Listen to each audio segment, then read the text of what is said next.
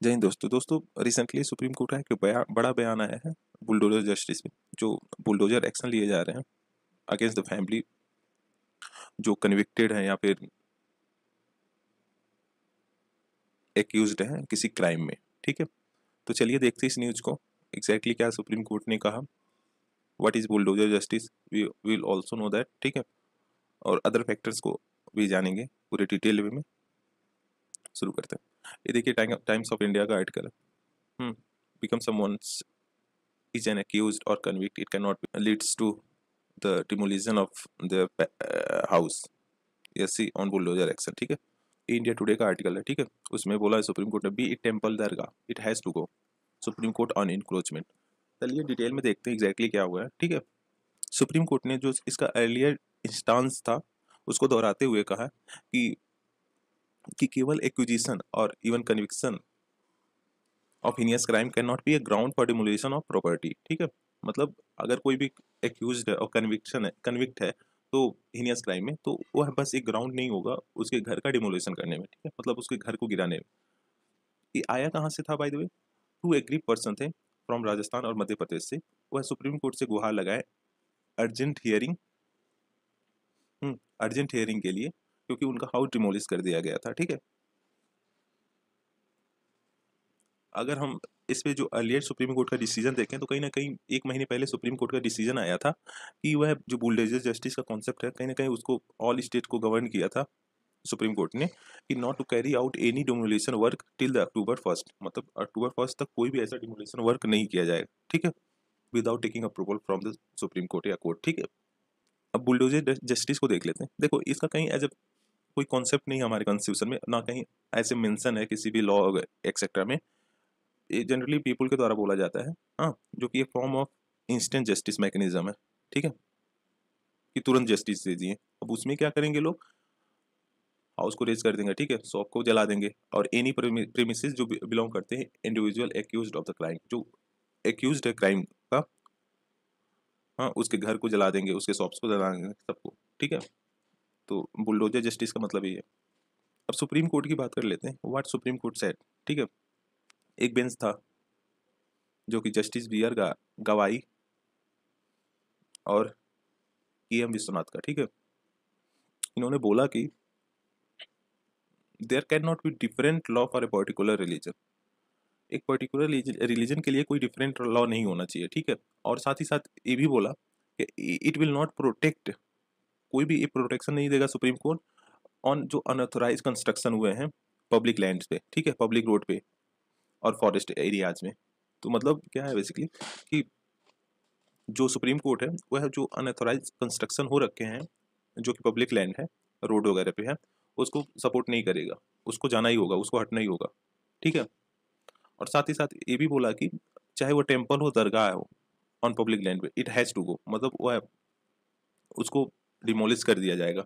हाँ, जिसमें public safety क्या है वो पैरामाउंट है, मतलब जो पब्लिक सेफ्टी है उसको नज़र में रखते हुए जो कुछ भी चीज़ें हैं, टेम्पल है, कुछ भी है, उसको डिमोलिश कर दिया जाएगा अगर वो पब्लिक लैंड पे है या फिर कहीं और पे है। ठीक है, साथ ही साथ ये भी बोला कि हम इंश्योर करेंगे कि जो हमारा ऑर्डर है वो हेल्प ना करे इनक्रोचर्स का to encroach any public places. ठीक है, मतलब सिंपल से सोचो, अगर आप ऐसे जो पब्लिक प्लेसेस पे जो लैंड है अगर आप उसको इनक्रोच कर ले रहे हो फिर उसके बाद सुप्रीम कोर्ट जा रहे हो कि मतलब सुप्रीम कोर्ट मेरा हेल्प करेगा, तो ये कहीं ना कहीं गलत है ना।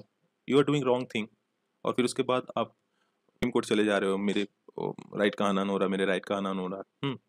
तो ये सारी चीज़ें गलत हैं, तो सुप्रीम कोर्ट इसको सपोर्ट नहीं करता। और साथ ही साथ ये भी बोला कि merely because someone is accuse और कन्विक्टेड की वजह से डिमोलिशन नहीं लिया जाएगा। ठीक है, can not be carried out, और एक नैरो विंडो होना चाहिए।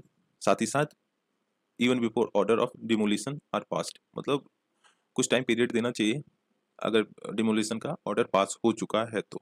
ठीक है, और साथ ही साथ सुप्रीम कोर्ट ने ये भी बोला कि whatever we are laying down, we are secular country, it would be for whole country.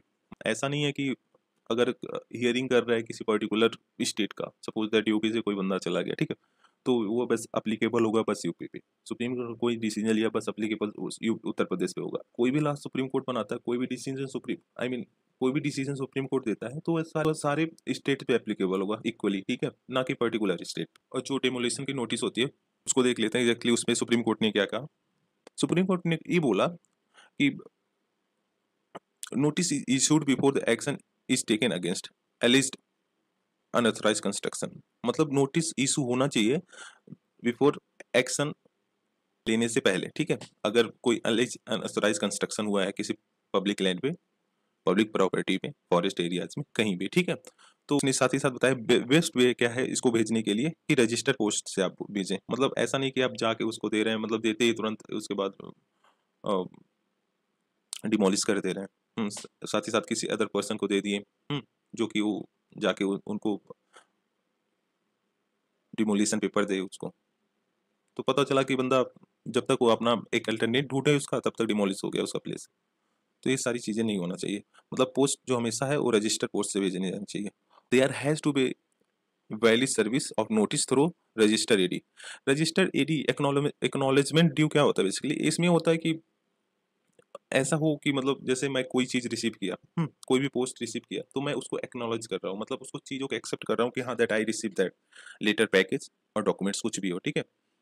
ये बेसिकली फॉर्मल सिचुएशन में होता है जहाँ की ये चीज़ें इंपॉर्टेंट होती है जानना कि जो रिसिपिएंट है वह रिसीव किया और लेटर डॉक्यूमेंट्स की नहीं, ठीक है।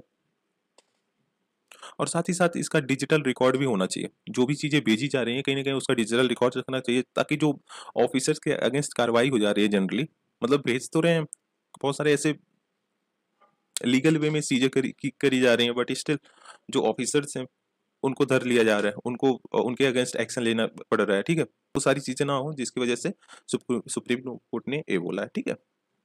और आगे देखें तो सुप्रीम कोर्ट ने ये भी बोला कि एक विंडो होना चाहिए 10 to 15 डेज के लिए before the final demolition. Final demolition से पहले 10 से 15 दिन का टाइम पीरियड देना चाहिए, सो दैट जो पर्सन है जिनका हाउस डिमोलिश किया जा रहा है वो कहीं ना कहीं एक अल्टरनेट अरेंजमेंट मेड कर सकें, ठीक है, एक अल्टरनेट अरेंजमेंट देख सकें। पर एक बार जब ऑर्डर पास हो गया, you may protect them for 10 to 15 days, मतलब 10 to 15 दिन तक प्रोटेक्शन का वो कर सकते हैं। If the court even if court entertain a grievances, question of stay will be decided with in 1 month, 1 month. अभी सॉलिसिटर जनरल ने क्या बोला, सॉलिसिटर जनरल जो तुषार मेहता थे वो कहीं ना कहीं रिप्रेजेंट कर रहे थे यूपी को, एमपी एंड राजस्थान को, ठीक है। उन्होंने बोला टॉप कोर्ट में कि involvement of in any offence और even conviction in criminal case can not be ground for undertaken demolition, जिसकी वजह से डिमोलिशन लिया जा रहा है, ठीक है। और साथ ही साथ सॉलिसिटर जनरल ने ये भी बोला कि मोस्ट डिमोलिशन जो अभी तक लिए गए हैं वह लीगल है, मतलब जेन्युइन है। ऐसा नहीं है कि हम इनक्रोच कर दे रहे हैं, ठीक है, विदाउट नोटिस और एनीथिंग एनी अदर वे। लगभग 98% इन्होंने बोला कि जेन्युइन है। हाँ, अगर 2% की बात करें तो उन्होंने बोला ये 2% what we can say is demolition justice, मतलब डिमोलिशन जस्टिस का जो परसेंट है वो बस 2% है, और उसके पहले जो डिमोलिशन किया गया है वह जेन्युइन है, ठीक है। सो ये सारा न्यूज़ था। आई होप आप अच्छे से अंडरस्टैंड किए होंगे इसको। So thank you for watching, please do like share and subscribe. Thank you guys.